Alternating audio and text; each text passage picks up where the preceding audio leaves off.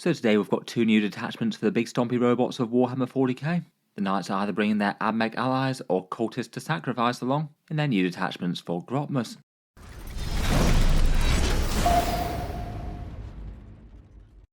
Hello and welcome back to Auspex Tactics, where today we're talking Knights, and in this video I thought we'd go through both the Imperial and the Chaos Knight content, doing a big roundup of the new detachments and some of the things that look strong in them. This one's continuing Games Workshop's Grotmus Advent Calendar, 40k rules with new detachments literally every day. All of them match play legal right from the start, points on the enhancements written within the detachment and available on the app in January. We had a double bill yesterday for Custodians and Assassins, and a double bill today with Imperial and Chaos Knights. It looks like it's the Grey Knights that will be receiving the detachment next, and should be fun to see what they do with them besides just teleporting.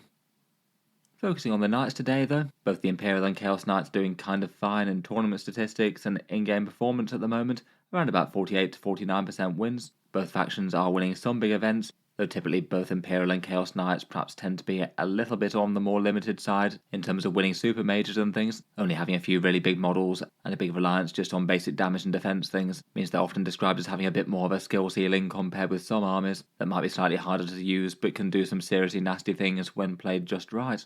One of the biggest developments that they had recently was their Titanic Knights essentially being able to smash through ruin walls and things. I thought that was really quite a nice update for them and helped them quite a lot, just guarding a little bit against just being trapped in your own deployment zone between an enemy unit or two and some ruins. With their current index detachments, the Imperial Knights, I'd say, generally have pretty okay army balance. A few datasheets cost too much for what they do, but most are pretty usable. Often Canis Rex and a whole bunch of armigers tend to be pretty popular, though the majority of the Titanic datasheets are usable if you want to make them work. Chaos Knights, on the other hand, still have their play dominated by mass war dogs. Lots of their top army lists just tend to run nothing but, and maybe some allied demons. And when I've looked at a whole bunch of competitive lists in the past, I'd say maybe about 1 in every 2 runs one Titanic Knight, and usually no more than that.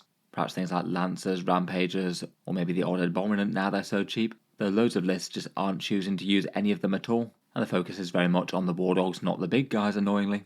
Both of them are probably going to be getting their codexes soon. The Imperial Knights one was confirmed for after Eldari. I'd be very surprised if they don't update the Chaos Knight ones around the same sort of time. They came out on the same day in 9th edition. It seems like the more normal detachments for the Knights will be coming in their codexes, but what they decided to do for the Grotmus detachments was interestingly make both the Imperial Knights and the Chaos Knights essentially Knights plus allies. The Imperials fighting alongside the Admech forces, and the Chaos fighting alongside a whole bunch of chaff cultists. I feel like these feel really quite fluffy. For the Imperial Knights, they often tend to have close ties with Forge Worlds, obviously the ones that are pledged to the Mechanicus, though the others still need their maintenance of their Knights. And it's certainly not uncommon in the lore to have squadrons of Skitarii fighting alongside Knights, being a supporting force for the enormous engines of destruction that they so venerate. That's the theme of the Imperial Knight Questor Forgepact, and the ability to ally Admech and getting some core detachment rules replaces the 6+ Feel No Pain ability. They also lose Rotate Ion Shields as well, which is a bit of a blow. Jumping into the Questor Forgepact first then. First up, we've got the rules for the Admech allies that you can field. Basically, you can take 1/4 of your points total as Admech units, though it's only ones from a really limited list. You can take the Tech Priest Dominus or Manipulus, the Skitarii Marshal, and then Skitarii Rangers and Vanguard. So essentially 3 core HQs and then 2 of their base troops. The Admech characters can't be the Warlord, although there is one enhancement that you can give them, and the exact points costs are split up as you can see here, depending on Strike Force or Incursion or the like. I feel like there's definitely some interesting stuff that Knights could make use of here. They already tend to be one of the armies that kind of enjoy having allies, given that the cheapest units are 140 points for them, so just having some cheap units can be good, and there are a few interesting ones here. I feel like it's perhaps a shame that the unit list maybe wasn't a little bit more generous. Maybe even if it was just allowing a 0-1 of a couple of damage dealer vehicles, I don't think it would have been the worst in the world and could have been kind of fluffy. The ones that they do have aren't ever really going to be great damage dealers.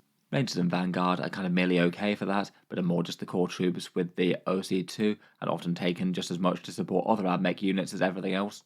And here they also won't have Doctrine or Imperatives as well, with all the big boosts that brings, like extra AP and +1 to hit in various ways. One of the best things on paper looks like the Skitarii Rangers. They get sticky objectives and scout moves for just 85 points, and I think that's rather great in support for the Knights. I think usually taking at least one of those would generally be a good idea. And it is interesting in that you could take some Lone Marshals for 35 points if you just wanted some placeholder units or putting it into Strategic Reserve to turn up to do secondaries.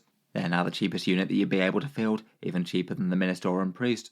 I think in general the Tech Priests aren't really going to be worth it for their stats. They just don't really do enough for their units that they can lead with the Rangers or Vanguard to actually be worth it there, but there are some other incentives to run them as mentioned. Otherwise, given that these are the main theme of the detachment, it's not going to be one that's really all that helpful to a lot of knightly players out there, unless you already happen to have some Admech lying around. I'm not sure how many people will be tempted to buy and paint some up, given that allied rules in 40k tend to be a bit unstable. I think you'd have to be a bit brave to bet on this sticking around for the extreme long term. In any case though, for their core detachment rule they get Cogbound Alliance. This one gives you both a boost to the Imperial Knights and the Admech units. The Imperial Knights get to heal in place of their Feel No Pain. They get to restore 1 wound at the start of each command phase, or D3 wounds if they happen to be within 3 inches of a Tech Priest. As a detachment rule I think it's okay but not particularly stand out. It gives incentive for your opponent not just to damage Knights and try and focus them down more, but a lot of the time Knights just might either live or die and not even get the chance to heal. And for that reason it just seems kind of directly inferior to the Feel No Pain. The Tech Priest to unlock the D3 wounds is a bit better, but it means that your units have to slightly compromise their positioning as the Tech Priests move around far slower, and the kind of pricing to buy in as support models if they're not going to be doing anything else besides that. But there is one enhancement that I'd say probably makes one worth it. Otherwise for the Admech's part you get reroll 1s to hits just throughout the army, and then if you happen to be within 6 inches of an Imperial Knight he gets reroll 1s to wound as well.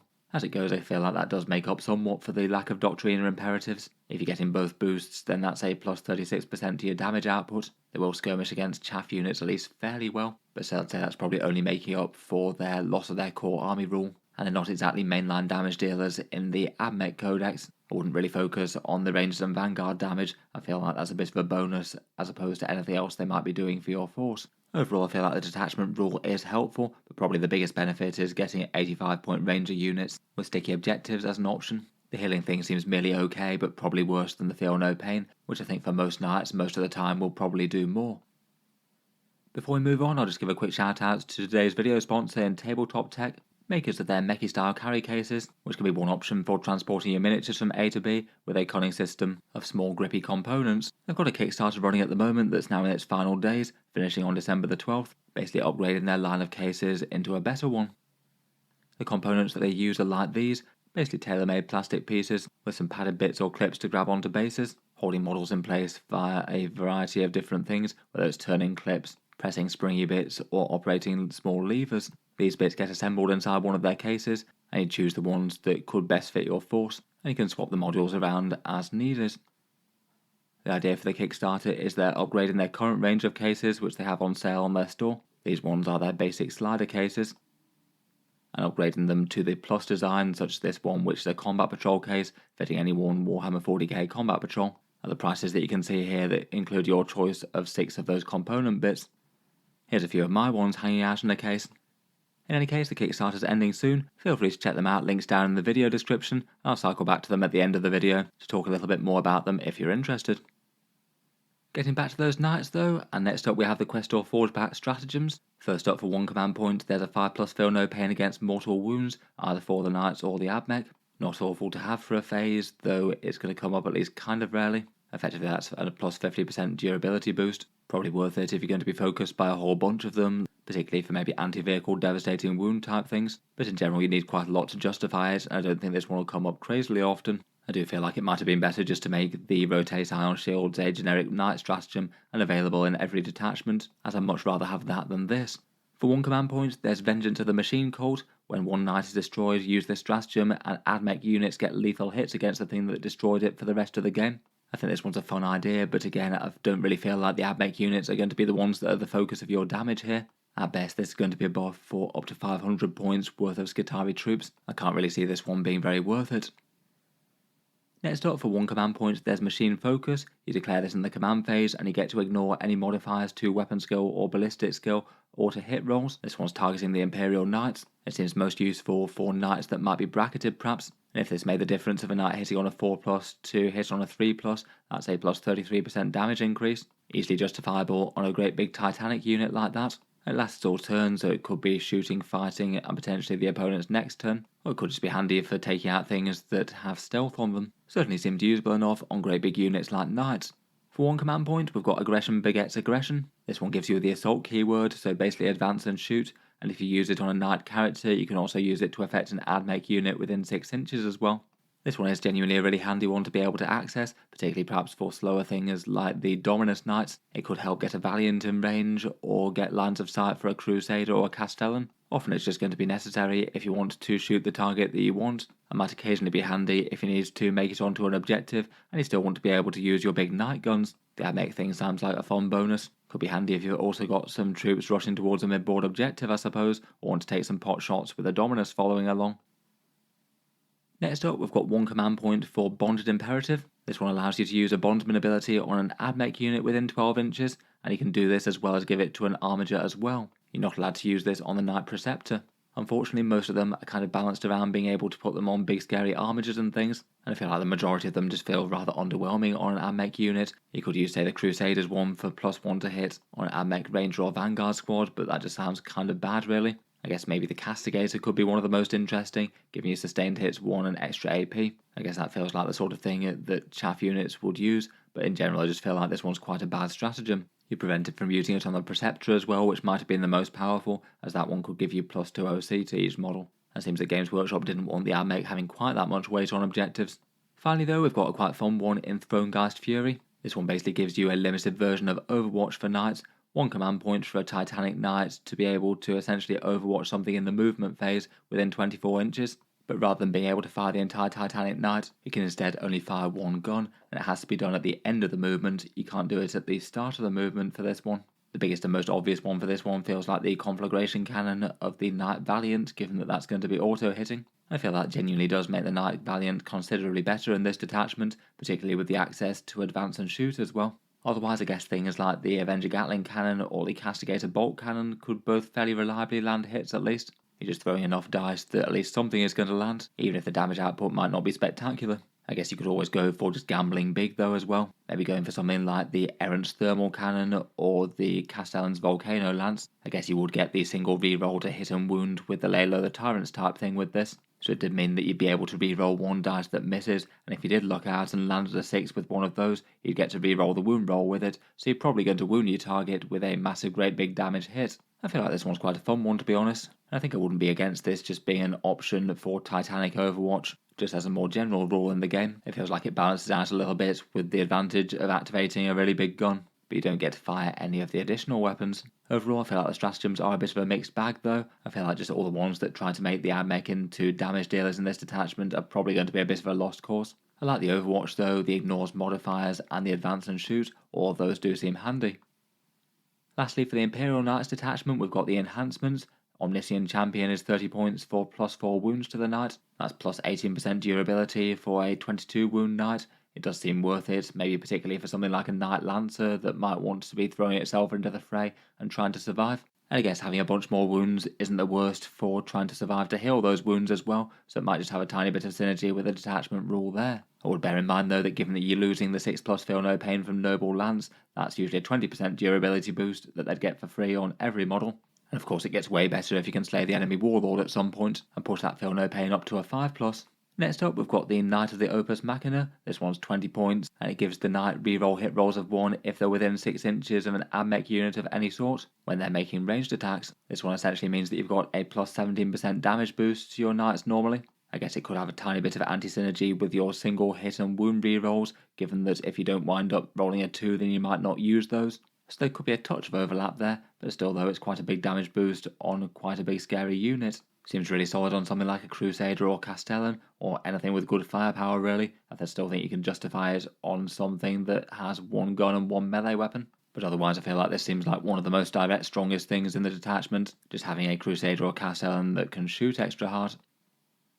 Next up, we've got the Tech Priest one, which is the Majos Questoris. This one kind of makes the Tech Priest into sort of like a mini Tech Marine for the Knights. They get Lone Operative when they're within 3 inches of one, so you don't either need to hide or have a bodyguard unit if you don't want to. And they also heal 1 Knight and extra 2 lost wounds in your command phase. So that's on top of the rule for the detachment where you'd get an extra D3 if there's a Tech Priest nearby anyway, so I guess you're restoring between 3 and 5 wounds on a Knight each phase. As it goes, I feel like that actually gets to be enough to make the detachment rule at least kind of intimidating. It might make your opponent really think twice about trying to throw bits of firepower to whittle down Knights in your deployment zone perhaps, where if they've not done a fair bit of damage to them, they might just ping back to full health.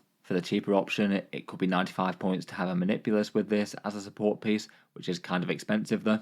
At least on paper that could be worth another 6 wounds or so worth of Titanic Knight and plus the defense as well. But it feels like if you could trigger this to good effect at least twice in the game, then you might overall have justified its value. And the Tech Priest could still be there to do things like actions, maybe even deal a tiny little bit of damage in the right situation. On paper it feels like pairing this with the reroll ones to hit would be quite a good one, given that you've then got a knight that heals extra fast and shoots better. Finally for 15 points we've got Vocifer Magnificat.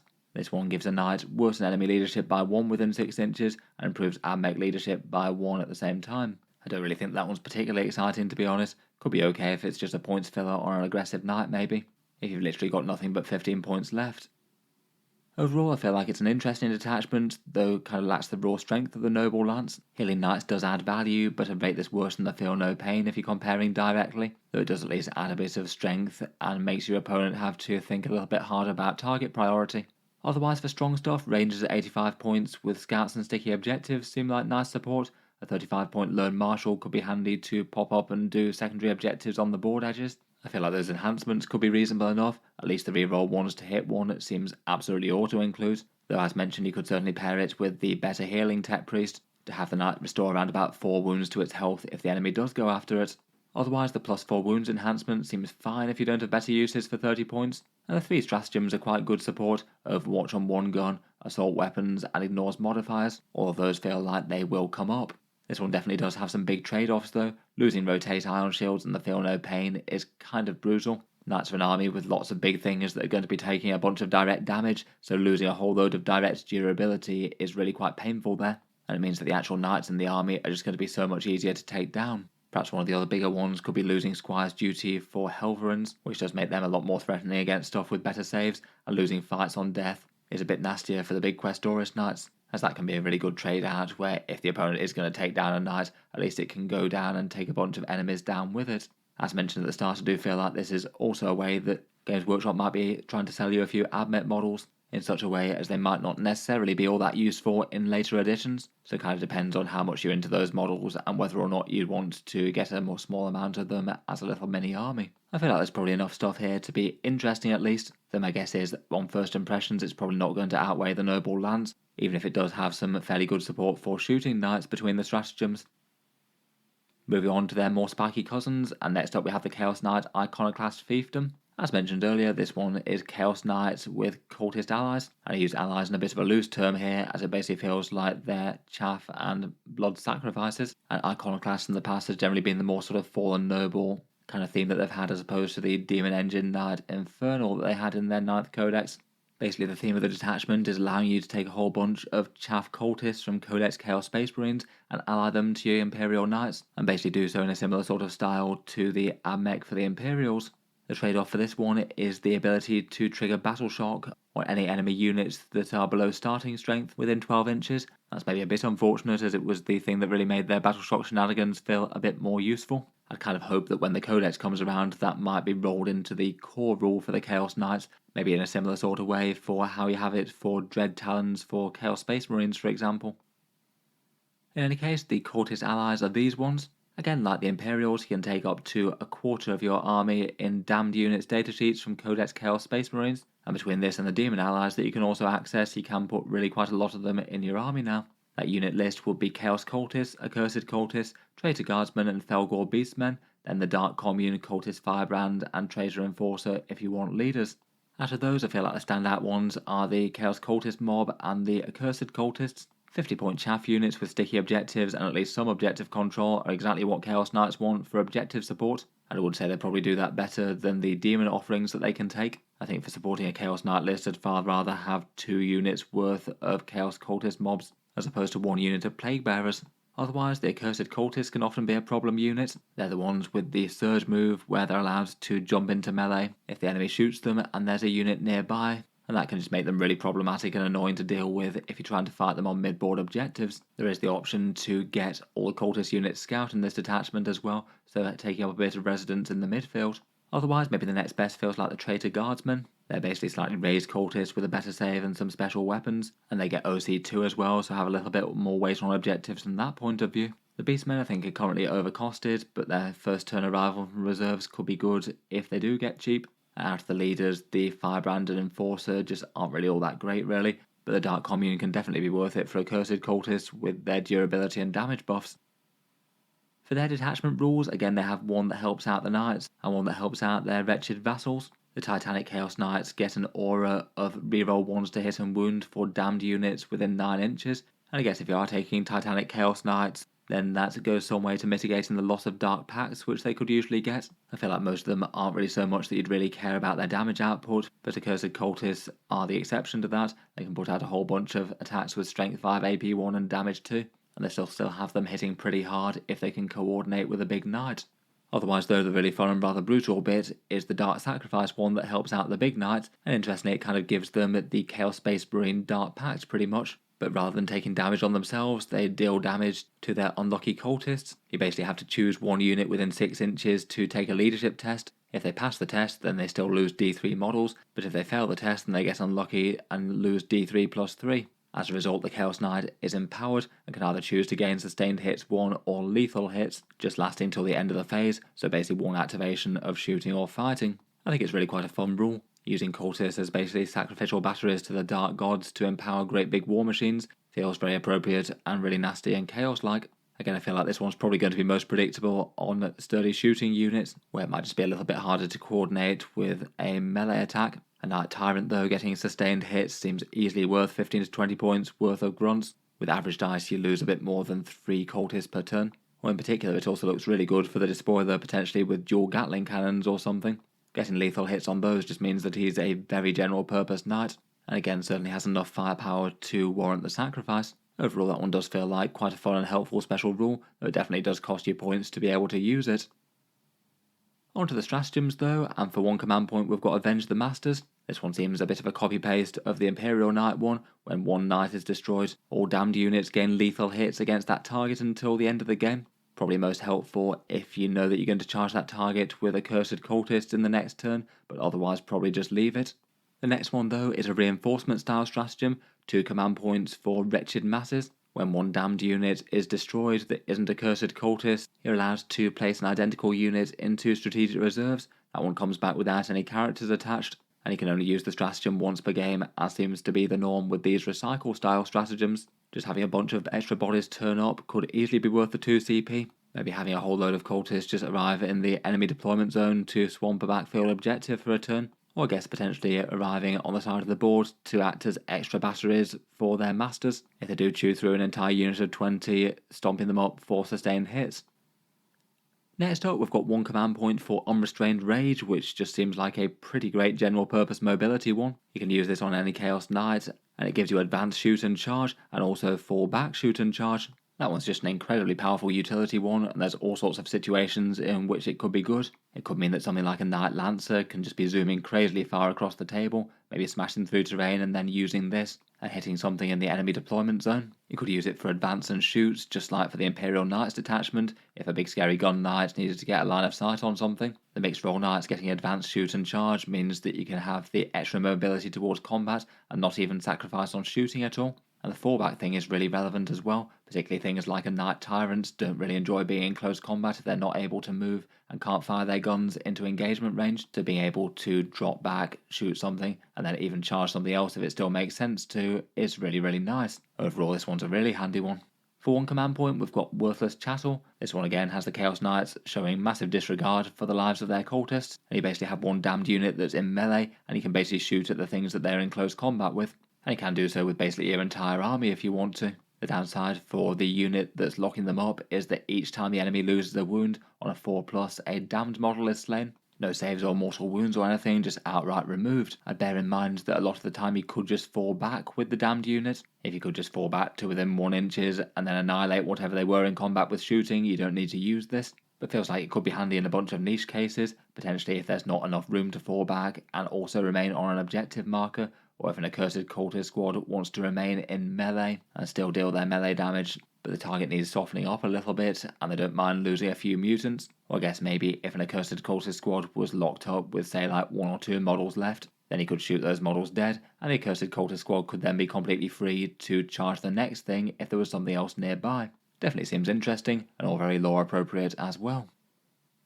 Next up, for one command point, there's Soul Hunger. Restore D3 lost wounds after a knight's fought after you've slain a model, and then that gets boosted to D3+2 if the enemy unit was battle shocked. This one is pretty great if you do manage to target a battle shocked unit, maybe if an Abominant had marked one to take the test. 4 wounds a knight seems acceptable for 1 CP, otherwise it just seems a little bit on the mid side. Next up, for one command point, we've got Preserve the Idols.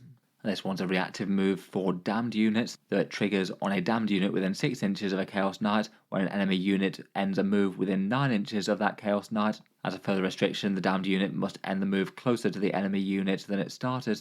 Given that it triggers off the unit, it means that just at least one model from that damned unit must wind up slightly closer than the previous closest model, and then the rest of the unit can basically do what it likes. I guess the most obvious use would be to potentially try and block a charge if the opponent can't try and shoot the cultists down. Maybe could be useful enough from time to time, though perhaps you could just try and set them up so they're screening anyway and you didn't have to use this. I feel like the restrictions on this one just make it far less useful than a lot of reactive moves out there. I guess it could also be handy to move block something else if the opponent's moving 2 units up at the same time. One unit could trigger this, and then the damned unit could get in the way of the other one maybe. Overall seems like it could occasionally have good options, but seems niche. For the stratagems, I feel like the Wretched Masses one seems pretty good value for recycling the unit. The Unrestrained Ranged one does seem really quite fun, just because that gives you a lot of mobility in all sorts of different circumstances. And the other ones look like they could occasionally be handy for supporting various damned units, though I feel like they're all a bit more niche. Moving on though, we've got Enhancements. I feel like one of my favourite ones is Profane Altar. This one kind of doubles down on the detachment rule in a fairly handy way. You always destroy the maximum number of damned models that you roll for the Dark Sacrifice, so either 3 or 6, but when the knight's done that, you gain both lethal and sustained hits against your target rather than just one.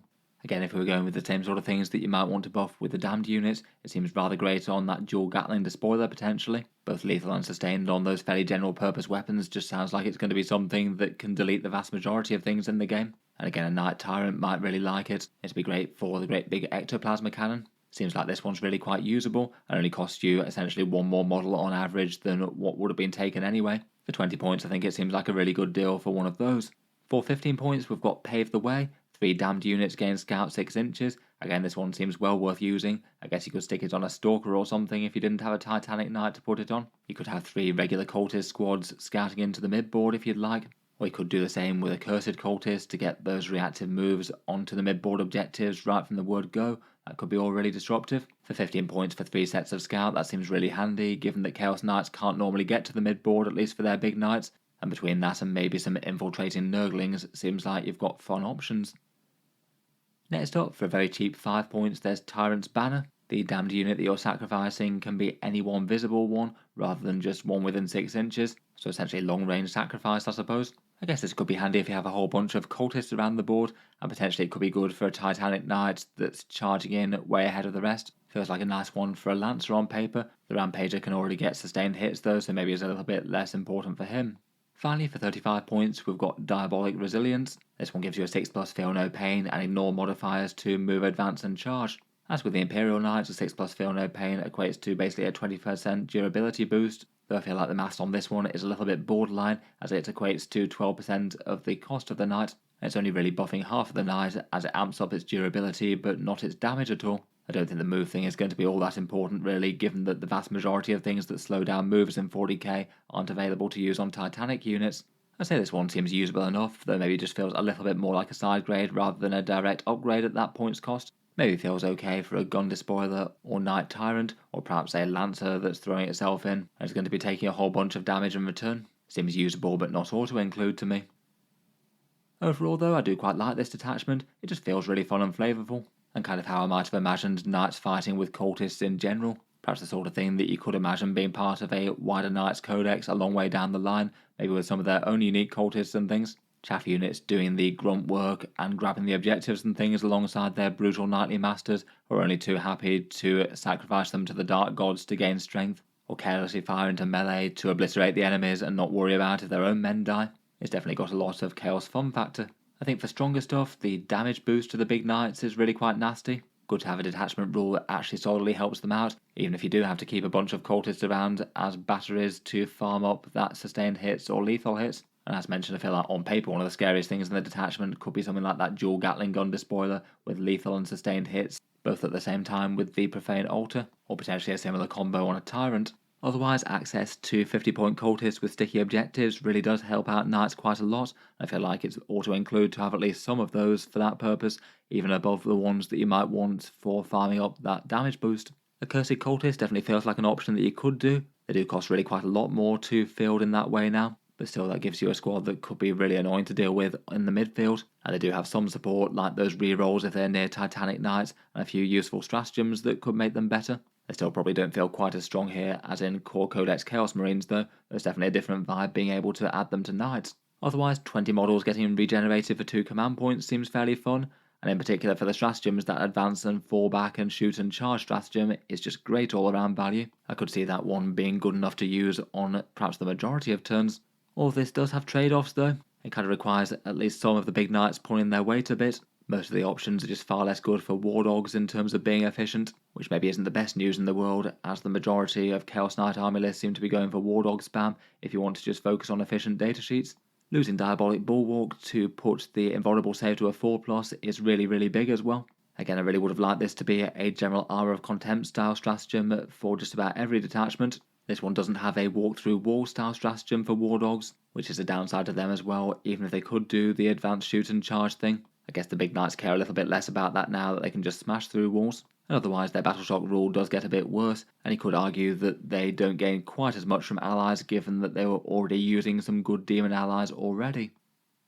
Overall, at first impressions though, it does seem like it could be pretty interesting, at least on paper. Maybe you could still go for a good chunk of the list, just mainly being war dogs just for the damage and defense efficiency, go for a few cultist mobs, and scout them into the midboard with sticky objectives, perhaps have one big block at the back to feed into a big shooting knight with the Profane Altar, and get sustained and lethal hits on some massive guns. It'll be interesting to see if any Chaos Knight players embrace a bit of cultist chaff and sacrifice into their army lists. I think there's enough fun stuff that will definitely see a bunch of play though, and I guess we'll see whether or not this is genuinely one of the stronger ways to play Chaos Knights or not going forward. I guess it might not be too long until their codex is out. In any case, I'll leave that there for this one. That's the end of the video, but for those interested, I'll just cycle back to the video sponsor and talk through these clippy Mechi carry cases from Tabletop Tech. As mentioned earlier, they've got their Kickstarter that's available for the next few days and finishes on the 12th. For their cases, they do model transport really quite differently for 40k compared with most things. The grippy components I do think have some pros and cons. My impression is that these would be a bit better for smaller armies and collections, more likely to stay the same for a good while as opposed to enormous sprawling big armies where you change something every week. Things like combat patrols, kill teams, spearheads, or small stable incursion style forces where you're basically playing the same thing a lot, so you don't have to mess with changing the setup of the case every day. They do have ones that are big enough to fit 2,000 point armies though if you've got a consistent one. Otherwise they do seem to be quite well made, they look and feel really quite nice to use, and they essentially try and do the gripping based thing that magnets do but without actually having to mount magnets on models, so they do have one advantage there. For potential downsides and drawbacks, compared with some transport systems, it could be just a little bit less speedy to get things in and out of due to having to operate each simple component when you do so. It maybe feels like they could be a little bit over-engineered here, even if it is kind of well made, and it can be just a touch of fiddling with trying to make sure that things grip properly, and do so in the way that won't damage the base at all. Otherwise, as said, it's maybe not quite as readily flexible once set up compared with some things. You need to get the specific module bits for the base sizes, so if you get new stuff, then it won't work with this unless you have the right size bits, plus the added effort of swapping those bits in and out, where even if it's fairly easy to do, it could add a little bit of time. I think it could be interesting enough for some people though, weighed up against all the other good options for model transport storage out there. In any case, for their core offerings, they've got this Combat Patrol case, which comes with 6 of the modules and fits any Warhammer 40k Combat Patrol. You can see the dimensions of the thing here on the screen. They've got loads of cases that are both smaller and bigger than that one. This one's the very biggest with their 24 one, which can fit entire 2,000 point armies in. You can see a whole bunch of Crimson Fist set up here with a lot of different sizes and shapes of models.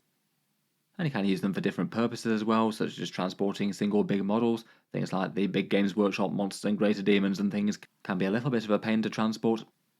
In any case, feel free to check them out, links down in the video description, and a big thank you to them for sponsoring the video.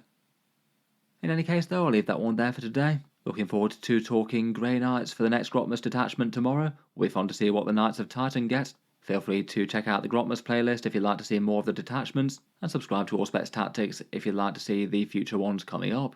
There's the channel's Patreon page and the affiliate discount links in the video description. Feel free to have a look at those if you'd like to support the channel. But otherwise, just an enormous thank you for listening, and I'll hope to see you guys next time.